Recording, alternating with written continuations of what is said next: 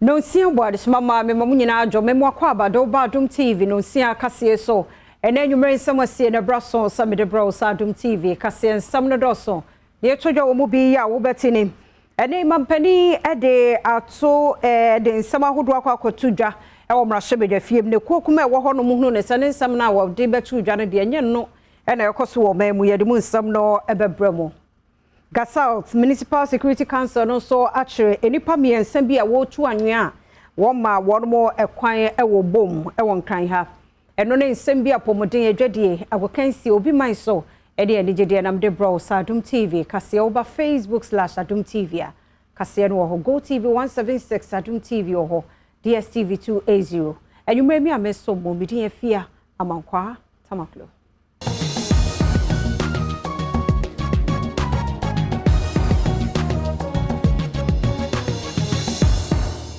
Meda say afiani die kwan so yentie said ensam ni chiremo ankasa etie nemum enwumre mahofade Liran collection oko Instagram ho na da Roman wo design de amame afi yentie said ensam ni chiremo ankasa etie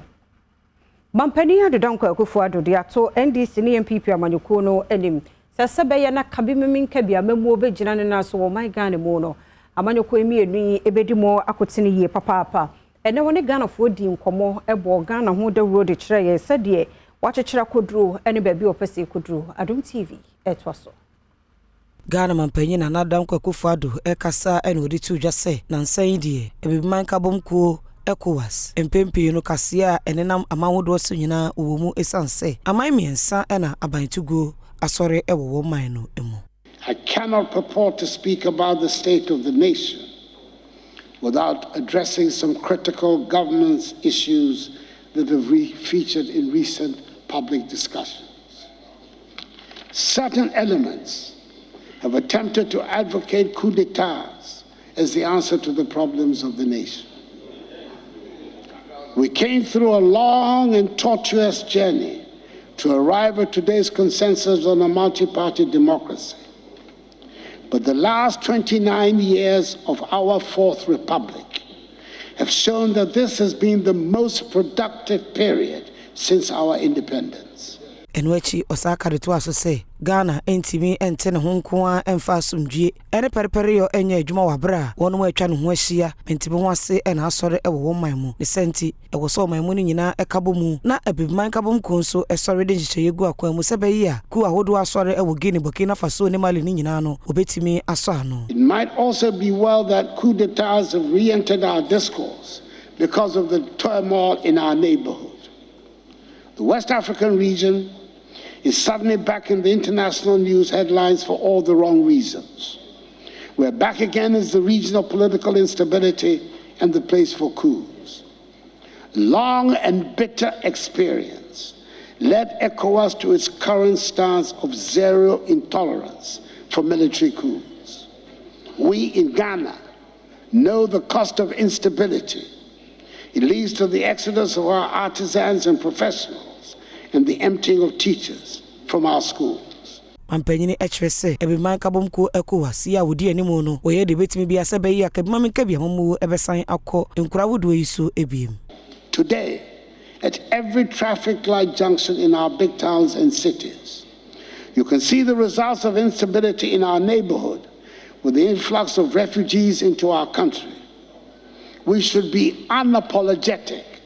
about campaigning for stable democratic governments in our region. We do not want to be an island of peace and stability in a region of turmoil. Our State of the Nation address and the Mampani de two John Russia Bedjafo being so extra war madre be muhunu se enya no krensem no beka and dachi hine na ya wasariko ho etwaso. Na ena omampani ebra ma hyebedwafie edi betu dwa State of the Nations mpomposo a woman yaba bedu sesia ena odi betu dwa ewo mra hyebedwafie na wo wie no mra hyebedwafo ene amanyofo ni bia wo ba ebetie no ewo sei eka edi fa ho so man no kosuye also ogosu kan so say eno bi why say ye nyina esum ne ye na ono no te say ye levi adia Parliament pass and rano ni jasem enti hono so na ebe set a foundation a yebe gu so akoso na nra no ma esi ye no de obeka se onyame do man yi se ne ono ana woda na ye first interchange in the country in the north and I buy and also 11 year ya kan ho asem for where busume ya 9 as a numu atwamu yi and I feel so other black stars no kan ho enti edu baby a esese ye nyina yesum. South state of the nation we the west in the history of Ghana. Ultimo so man payina kasa no nema ekoso man mo ntiase. Man payina nti ontiase. And I'll give you several examples. Man payina ka chere say if here we ka chere so man spend about 17 billion on COVID. Meboa. COVID as at 2019 go and check our budget. As at 2020 budget ni mo no man spend 19 point something billion 2020. 2021 year allocation. 2022 year allocation. Oman paying 17 billion. Oman can who's advising the president? That is even the more reason why we should investigate this COVID issue. And then you know me.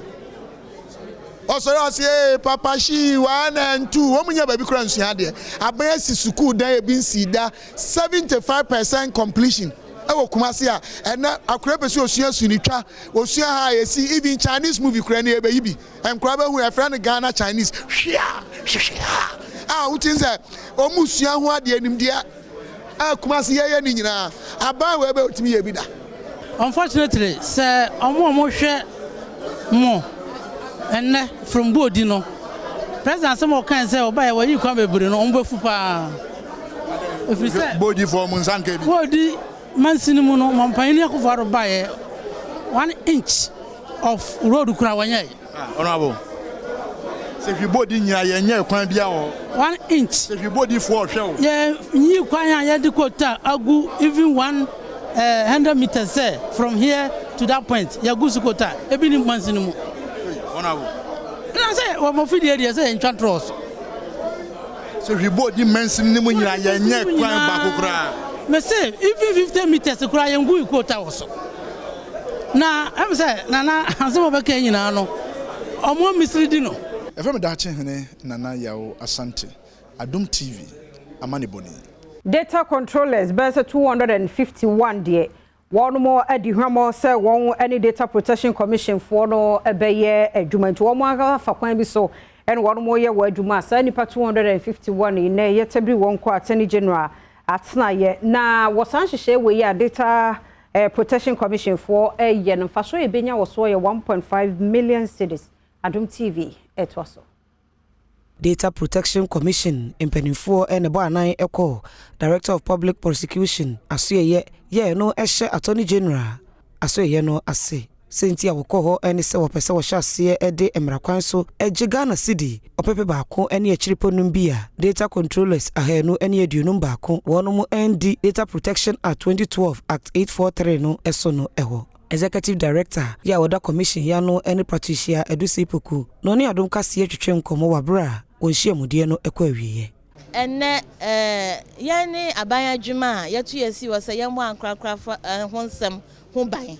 ewa abefu ngoma so ne de yede yensa so nyina enti adwuma bia wo Ghana ha wo mo krakra ye ho ensensem de ye wo adwuma bia no wo wo asudie ewo mramu se wo mo ba be register wo mo ho wo Data Protection Commission your office enti wo mo ko register wo mo ho entua ska wo se wo mo tua de man ye adwuma no wo mo no na ya cho omo aka cho omo so mo wo 2 weeks so mo ba be register na omo register ya de omo akọ aban court na 2 weeks ne so ye no omo still a omo be register na ya de aba Attorney General ni office okade to aso say public prosecutor e de ato wanim se wa masa aso ye no na watwemienu se be ya wo de betua won kai enya saade a o de wonu bekwa kogina emra no anim ya ni public prosecuting office ne kasa no omo tuyefo se yensan kone kokotu ye act no emra no baby potin wo mra nim na omo abusu no yenkotu wo letter mu ne yenfa ma wo mo ne yema wo mo 2 weeks no wo mo mra mecheche mu adekronti a still wo mo ntumi nya de emra hye se wo mo ye efa ye honsam no ho eniti e no na ne ye kwakoye sa list of 250 institutions ye krami omo nyina benya section 56 letters Also for our share energy, so Dr. Matthew Opoku Prempeh say enye no kura da say aban ene ankrankran kita udie ewo anyina ahoden mu nsam wo mamu no wato wo mo asara manaso wayi wo mo e de free mo Chief Director wo hwe power so wo Ministry of Energy Solomon Agite na gina mu kasama Dr. Matthew Opoku Prempeh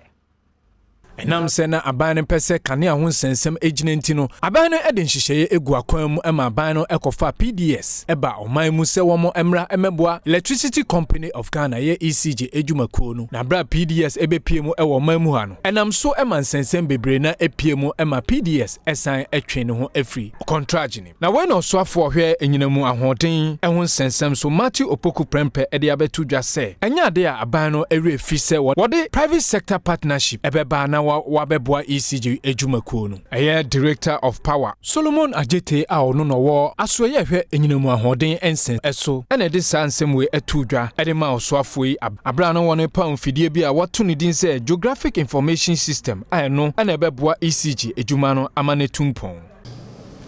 In spite of the recent challenges faced with the implementation of the PSP, government has not abandoned it. Government is still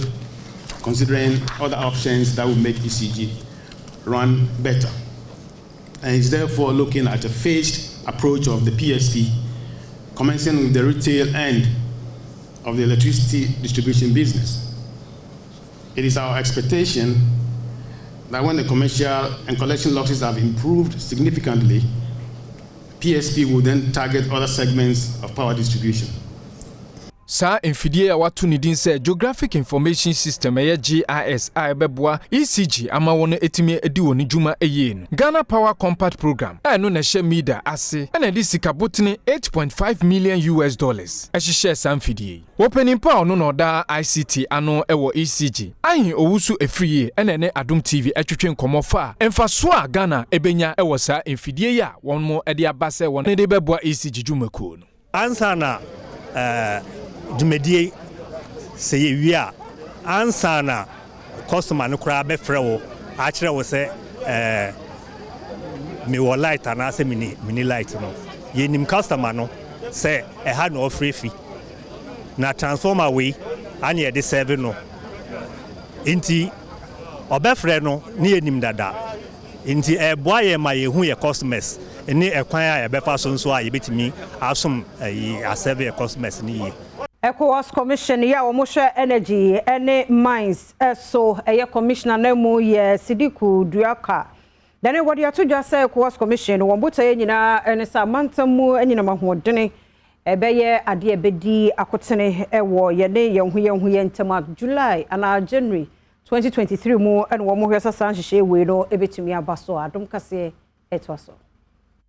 ECOWAS Kono Commissioner wɔhwɛ enyinamahoɔden ene efuma gudie tuo so ene Sidiku Duaka na ensembie ne wɔde ato abɔnten sɛ eba enyinamahoɔden kanea ɛwɔ ebibiman atɔyɛ fam hanom de a wɔn ɛyɛ nhyehyɛyɛ sɛ wɔ afi apem mienu ene aduonu mu ɛwɔ ɔpɛpɔn busumi mu no wɔ ebibiman atɔyɛ fam hanom de obetimi atɔn enyinamahoɔden kanea ɔmanfo ɛho ɛnkyere wɔn bebree awe no wɔkyerɛ mu sɛ nhyehyɛmu ama no ada abɔnten sɛ woba ebibiman atɔyɛ fam hanom a afiafia hodro a wɔwɔ enyinamahoɔden kanea no wode kɔ wɔ hamu nkyekyemu a wɔyɛ aduonu mu nan a ɛwɔ fom kra ne senti ne nei wɔde sa nhyehyɛyɛ egu akwama wɔba bedi sa adwumadi. Objective is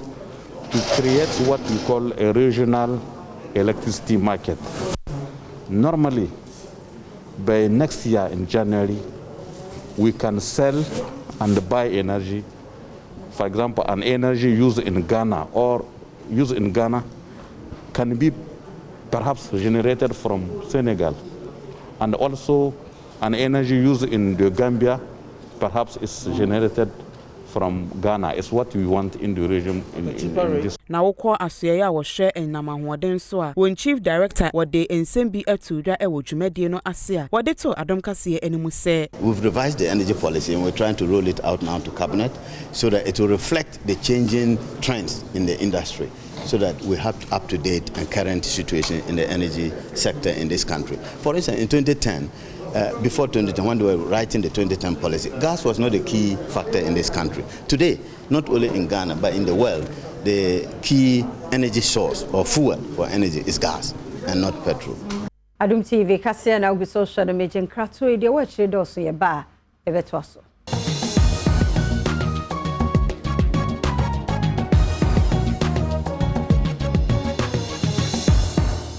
Yada se ubi social Adom TV enyumere no sia kase ko Facebook/Adom TV akase no ho na Go TV 176 DSTV 280. Ya to so konsam foforo emu Naga South Municipal Security Council no achire enipa miensa bi a wotu anwea ya ma wonm ho kwan enu achi nso enipa nwotwe bi ya chire wo mo se obi asase yantam a wadua kube wo so be 10 acres ho nso wo ma se no wo obom wo nkramanta mi mu Adom kase edeba. Sa tax force ye ya police for ne asrafo na aka won ho abomu no wokochire adwumayefo bebro wotwe ya na wo boa sa enipa miensen yamane boni ene ga South Mensini krache Joseph Nyani etwetwe nkomo no na woda na die se nipa wa kire wo mo no wodo won bekwa kugina asem di bia se be ya ebe nhwesode ama afoforo. Some winners no destroy for farms and other things. So this morning, music at the key step to visit the place and then also, if possible, arrest the culprit. So you go home, to me arresting for 2-3 at the Abba, and also ask them one more permit. Why they do that? They will have more permit. But one more is illegal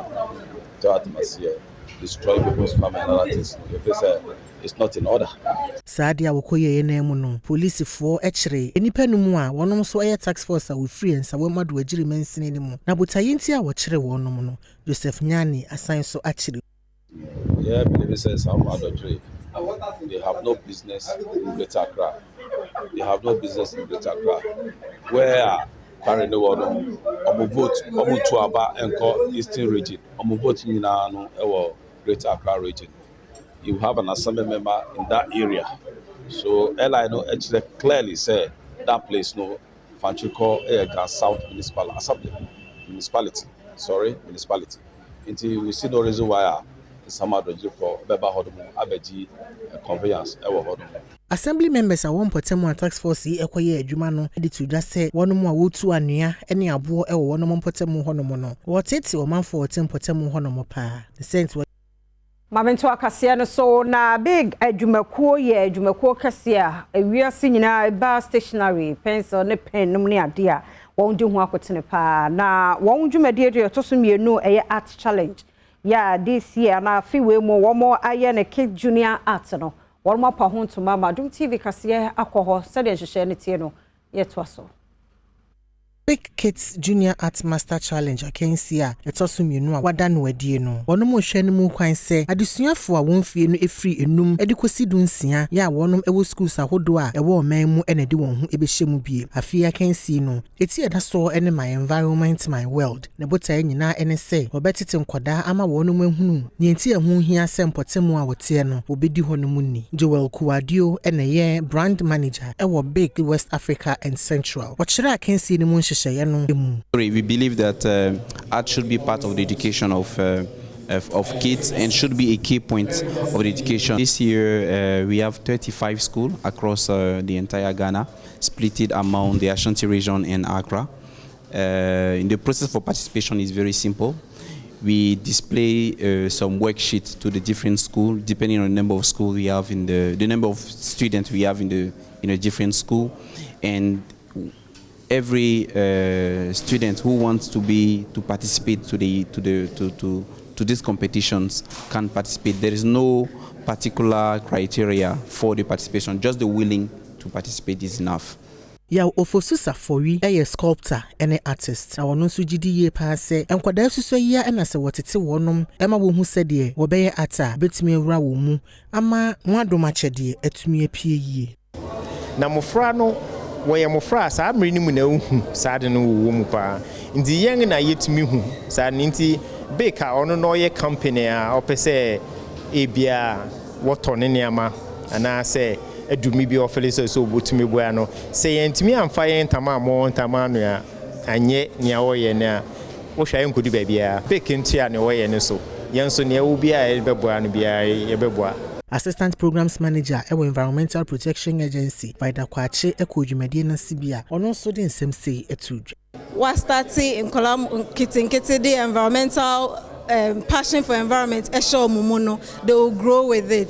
Mijidi say ye nyina nka yesiso no ye nyasa kind of opportunity here. The way I litter around, the way I nyama basa no. Anka ye because we grow up and appreciate the value of the environment. Ye nye bibia ebetimi e the environment no atu ejija. Pato for be de che ye osha gumesia so ye joining team for jo. Nene wode nsama to dwafa free SHS no eho se ba ye abeboa enkra na nkebere bi atwa won pe school kro ana wotetetete ye niam bi ensem fata na nani nyina ba na wie ye dwumade bi ko so ya Institute for Transgenerational Leaders for ye na orienting for Jordan semi to dwa wo se aban e de sika so e hyemu ye se be ya Ghana ni de hie bi anso benya mfaso efrem Say Jumedi Institute for Transgenerational Leaders and a year senti so and consolidating the gains of free senior high school, protecting the legacy for future generation. Not just say one more share free senior high school and penny for the buyer, then fast war and a coin of Befaswa bongo buying, not hatching in Chirimanso and Yabi Ako. We Jumedi every year and now also for Bedia Chow Shang Messia on some so joining tip for Joe Editu just say, and to a Susuku qua, a buying Eddie by Yedi, a Buapa, Ama, and Mofra, and Yajisuku. No, ya hochire na sabre no sankenya free SHS na nkanya menkwan mefie busuane mu akọ school enka woni atwa me ho asia nyina so betumi akọ school abeboa ma oman no akọ nanim sanso na fiefie ahodo na nkronkro ahodo before free SHS emaye no na emkora 400,000 within 3 years every 4 year every year bia no nkola mako not less than 100,000 there no muntumi nko omanim nyese bia omome na nso boafo na ni ho sika na ni abusuane mu enti no wom nko na empo na emudodo no ye ma esanse se abusuane mu no nipa mienu na wom betumi ahwe wom ntoaso suku a oba ba ko be ma oba na tena fi no be ma ne ko enti no omampani akufo ado hwedin hu se so o ma ne da atsen betumi asiye di a ese pesika pudo bi di wura ehuma suamma ahiafo nso ma etumi enya akwenya enya ehumesua eskafo mo obia yemfa oman ni sika kakra ebi emfa mo ho ka enko omanimu no enwachi na churchfo ya woda Institute for Transgenerational Leaders ano odene ho upon prince enso editu dwa se wo hwekwan se aban ede hyehyeye ahodo begu akwamu abeboa ama free SHS policy awode baaye no etimi agina education nyoma ebetima ya ama oman na tumpon de eye bebrebe yekọ other countries say Singapore ni Japan ni yina ni nyina yekọ ni yehu nyoma ekoso ho a ye nyina beji atumu say education ya ade a eboa ema development of the country etimi koso nti ye nyina ye be hia say free SHS ho komo na edi honorable minister for education so e de atodwa say nyoma bi e wom bi a yeso mo de ka ho ma free SHS no eye kra behwe na nyoma bi e wom bi aso so mo behwe ama free SHS no mo ye afrim na ama free SHS na kọ nanim no so mo beye Newmont adwumayefo bi na enei womode ensama babeto edwano na wonsama wo kan nyina ne se womo ate se womo enkrofo bi adadafo bi ya na womo eka Newmont ye ekuo eho no womo ate womo ho na wose Newmont adwumayefo bi atwe ho afiri womo mother union ho ne no womo ababonten e de tudwa se no kura bi ani sansem na etudwano Ghana Mine Workers Union nefa ewa ahafo Newmont adwumakuo no so nefa ewa achem ene enkran hanom no editu dwa se de omanfuo bi ekeka se wonom kuo ma be se ohanum eyi won ho afie kuo batan ne mu no anya de se nokure bia ewo mu Peter Wilson ene ye kuo nefa ewa ahafo no James Tinani waka no won framam se Newmont Workers ayeye ahanum a resign free Newmont e de wo mo ho abadwane wono ne union na watie no ye pese yesi so kire amansan se sa asem na wo ka no eye bosirem keka enya nokre obi a obete sa asem ne bia wo montu ye ni leaders a ye wo site and then ye members ye intact obi a ho ntochima a ye ne wo mo ye adwuma de wosi so eka e wo ne union na wo se wate no a wo ka ho asem no ye senior staff union na wate certificate a wono osi so se wagye no certificate a encover yen junior staff wasan so ebo kane executive member no wada ekuo ya no so bo se wadi ekuo ma bi anim akoto nsase ama wonom nanso wanfa asase ne ho krata ama ekuo ma na wono amu so wasan so efiri ko ni mu wodi yen workers anim koto asase na asase no yen nyina ye prese betena nkran ha na ato asase no almost started to yen efiri ye pay mu from 2013 omo be wie no 2014 omo tete ye sika ne nyina wie beto ne a eko enfie nkunu ni yensan kan asase no obi antumi nye bibia wasase no so minue a wo kasa wo de nsesi ne bo e kase wo ye nukredifo no wono asan ba biem e ka kire asase no wo se ye to fapem e fa ho se de be ya obi nkom enko ye adwuma bia wo na ye ready yakoma koye adwuma asase na wo to ye no asase ni wura ye nya no wo de to ye nim se wo to asase no ma no 4000 we are workers leader. Workers in the two aba ma obedi workers in anim. Yen ya hye wanimonyam se untwa wo hu mu workers kwasea anyi wo musika sa obeton asase no ma workers na ye unionized members no baako 60,000.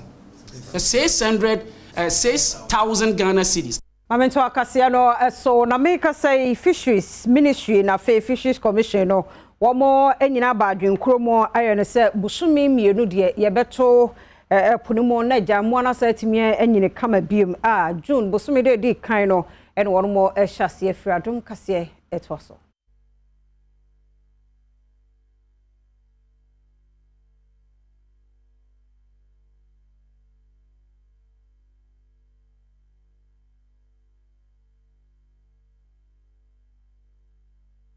na see yan yetiti say you are considering say epono mbesa tum nukra bi wo msa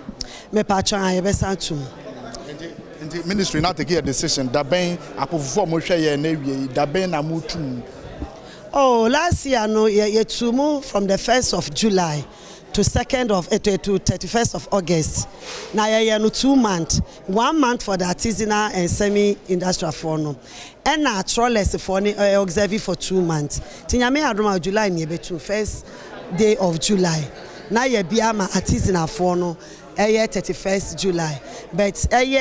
trawler for no there. Almost started from the 1st of July. On met to us up to 31st of August. Many will be on the issue of premise fuel. Nancy yetiti say uko temane ni share so nipa wodwa. They find it difficult to get premise. Omodi be corpo so akwakoye adwuma na yade yade. O link way to the first say in the next July bra ye betutu we ni mo. Adien na ministry ni so far as premise is concerned and as far as the education of the fisher folks no bra ye ba betu eponomo is concerned. Adien na ministry ni. The ministry is collaborating with the Ministry of Finance and the Energy Ministry and NPA because omo enema yen premise fuel no na fuel asem no sabi enye Ghana nkwan na yete wasem issues are AC war Ukraine ni Russia and na affecting so because ama fuel no akosoro but when you compare the cost of the premise fuel it's not the same as the normal fuel ayeto outside no ama ye blenders no omo issues kakra because they think we should increase the cost there aye ni omugu so aye din komo but sana me kan no ye ni Energy Ministry and our finance we are collaborating to make sure say intiasie bi be ye adwuma na omo atumi blend ya maye in fact as of last week you can start here fuel no ebi echo round enya boapayo but is as a result of the increment of the premise fuel worldwide na ma abanasa maminko bodi mensimo atoye atifi emantam ne mone nkrotuo mienu bi wo ho kwasi krom ne amoanya wonso mentime ho ase bi akoso wo won montam ne nyina ye inter school gala competition bi anu wo moye ne wi achi je se nyanya me ne be mo bi anka asem foforo ne yebeti Adom ama ne boni edi achire etoso Enkro yi mienu a ewo bodi mensimu ewo atoye tifi mantamu yi emu nipa ekohia ya wodi agokansie ehhehye so na agokansie no ekwa awieye no na akodane entokwa ama ebi mokrade we prepra pa Adom kase de ya probokodrum wo honom no omanfo bia ye ne omo kasa ye de na wani so adeda moja ama ebi nso wonti hu atwitwa eye arahusem yi na saasem ye ne omo kasa no entwemu bia wodan na di ene se wona ofi kwasi krom ene amoa ya honom no de wonim adekode apote pa ebeto wontem sanse dada nana nkonuado ewo wontem a enam agokensie wenti akwakofa sa entokwa kese no aba ba kukra finje ka je WMP ni mu fu kwasi pram so da watima mu media ba na kura meto so na wuti ni mi fishia no mi kan na se kan ya ba ni ye izi o mo na mo bromi afa e blend o mu twam se kan na aze na me le bo ani panti na me da so ko mu fie we so ni na ku me ba na me hu se o mu jina kwa ni mo do so e kokura nua enu ya ne so mo se me njina ba ko de minim no e na o ka chem se me fi kwasi ko na me se an emu ya na se omunyina we dibia we free na abebo me we free na abebo me dina yese me mu egu nti omobo me amintimi ntofom emu ya na se ba ko ebobo mani eno na ema me tofom dimi tofom na me se ECG car no eba dina omu se ECG car no ba na yese omu pese omu ba mu daba no so ye na ade san ko bitua fa yeso eno omu ba mu na me akwan DSP ekose omu car ni assemblyman a owo sahwi kwasi krom ene righteous menu wode na no eto asemi mu ya pento pasem se 3 years ni omu bo gala ni bi obesi ase e ma ne ye ntokwa ti omu bandi besi ase for the free ti me so na me ye assemblyman obesi ase ko si go ti ko hey eti besi ase for ti ase no besi ase go ti 9% to kwa be ba ti no na yes ani Dedu so no mamin komrani ya hwese de apomdin sem no ete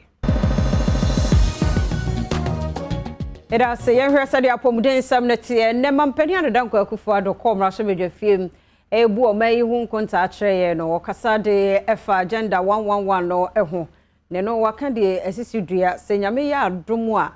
bedru bra obe suma wie se mampani ne de na se sa hye ne sinani so se amansini bia benya yaresabia no obedru. This pandemic exposed other shortcomings of our country, which have undoubtedly contributed to the anxieties that have befallen the nation. Agenda 111 was born out of this necessity to address some of these shortcomings. At the normal rate of growth, we're not likely to make up the deficit in our health facilities infrastructure for a very long time. Hence the need for a special dedicated program. We are undertaking the construction of 101 entities, which comprise standard 100-bed district hospitals for 101 districts without hospitals, with accommodation for doctors and nurses. 6 new regional hospitals for each of the 6 new regions. The rehabilitation of the Afia Nkwanta Hospital in the Western region. 1 new regional hospital for the Western region. And 3 psychiatric hospitals for each of the 3 zones of the country. That is North, Middle, and Coastal. It is an ambitious project which must and will be done, and which will create some 33,900 jobs for construction workers, and on completion, some 34,300 jobs for health workers. Mr. Speaker, I have to report that like all major construction projects, it is evident that the initial schedule we gave for the completion of Agenda 111 and work has started at 87 of the 111 sites. I've been assured that preliminary work on the remaining 24 sites is ongoing. We have every intention of seeing this project through to a successful end, which will enable me to commission all 111 hospitals before I leave office on 7th January 2025. Said the Adredia Monsam no at na 2013 National Best Bead Keeping Award winner wonya ye ewo Nkwanta South mensimu oti mantamu nana ankama benderia wodi ekane nene nana de to aban anim se wo mu hia kade a enwowa enye no wormo ebenya no mode aye sebe ya mabu no eben so ani beje sakua no eho adom kase ne no etwaso Wo afia pemienu ene edumiensamu ena won kwanta South Kropon mu wo timantamu opanyina na ankama bendere a wodi kan wonya hokuani a wadi mu esanse wo yen mobro edete ewo eton na sa adwuman wadi ebepem ena a wagina sa akuafo ni nada anim edeto Ghana mampanyi animu se wonkuaye na woye no esesa aban etwa nani ebehwe mu esanse kamea ye se aban sori ane nani ewo kuaye ahodo a akanim na omode wo mo nheda emma wani emma won so esenti de osrefre aban ho ne se sesi ada abefo mfidie aba wode eyen mobro ete ewo ntimpanyimfo enya bi momo a enka wanani ebeje ho pa ye hu hwehwemu a oba hu se enka BKP jumedie no ebeso ni kura chen koko a yedi enfimi ensa mfie nan edi enhu adwumayi ewo ye adwumayi enduru 2 years na wanye edidi ho achepa 4 months 3 months na wa hyase edidi ho ebehye mbrante wane emayiwa no ebehye mo nkuran wo wie yen so de akwansidi ahodo bi a won nadwuma a woye no wo hia eto Adom kase enim eja hyehye endi sa oba ha obo se ya mama mbrante ado nyina hia ya hyehye nyina enti na wu se wa hanam no eda hwa anhyi yebesere eja hyehye no de adoso yebesere se mbrante eni akuafo no a eya omo edi akire ewo nkusie nam wie enti na omo ehija no yebesere omo se omo ema embrafom mame nkomra gudie mo nsam etwaso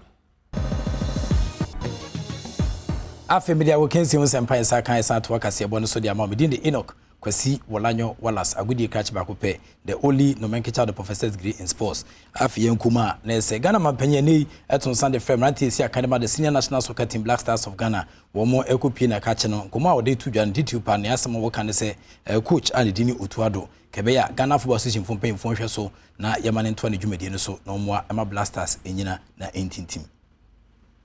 I'm hoping that the technical team that has been put together for these 2 matches will at least take us through the World Cup itself. I told the coach, the head coach, that he ought to be careful when he came to Ghana. He might likely be kidnapped here and will make it difficult for him to go back to Holland, to Germany and to Dortmund. That we want him here.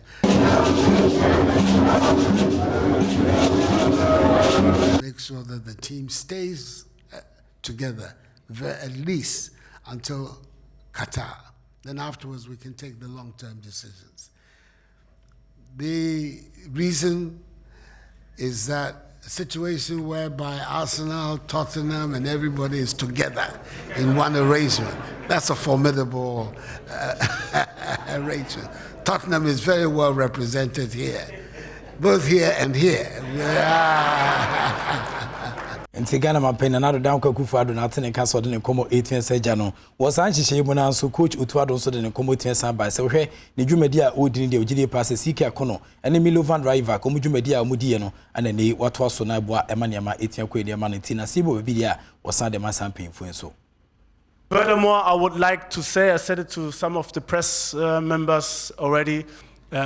these were only 2 games, but there was a long path before ahead. And CK Agrono is part of this success, and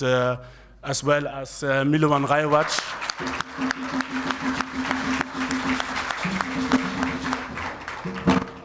And of course, our captain Andre Ayew, and several players missing today. It's very, very important for us, I think, that we acknowledge that, and we have them in our thoughts.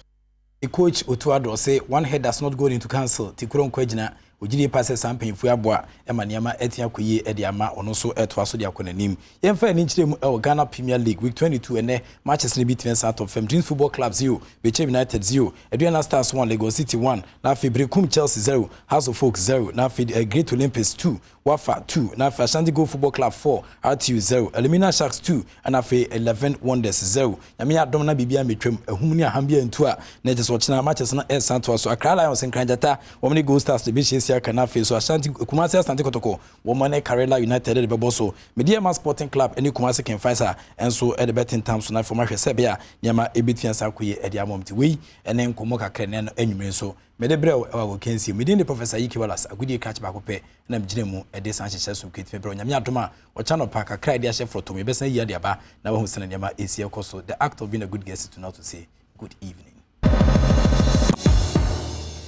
Yadu Sonia Digidia Cassia na KWAWU emuani yewe na jase ncha kura kana wacho kakra bi na jase yedi yana nam so Adom Cassia abo apra kwa KWAWU obom ya kwa akohwe se de wo ma hoboa ete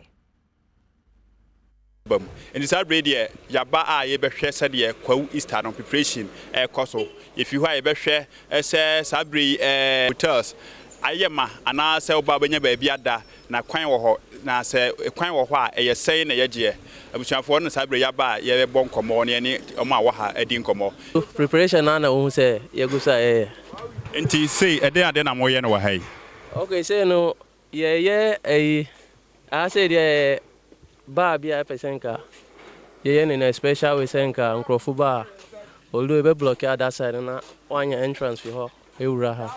na oso weji weni wa ha ne bi se ni je nkwa na